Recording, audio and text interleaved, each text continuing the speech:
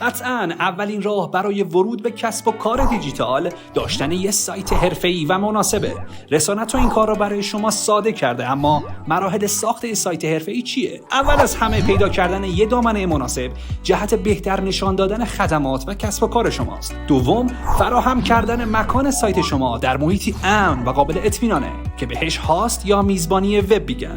البته هاست باید شرایطی همچون منابع اختصاصی، امنیت بالا و سرعت بهینه و خیلی چیزای دیگر رو داشته باشه. بعدش نوبت میرسه به نوع سایت شما که فروشگاهی، شرکتی یا خبری و غیره میتونه باشه که انتخابش با شماست. بعد طراحی دمو سایت توسط ما زده میشه. البته این طراحی با انتخاب رنگ سازمانی شما و کاربرد سایت و بر پایه سلیقه شما شکل میگیره. بعد از طراحی شما میتونید تمام اصلاحات لازم رو روی کار بزنید تا کار دقیقاً بشه اونی که شما میخواد.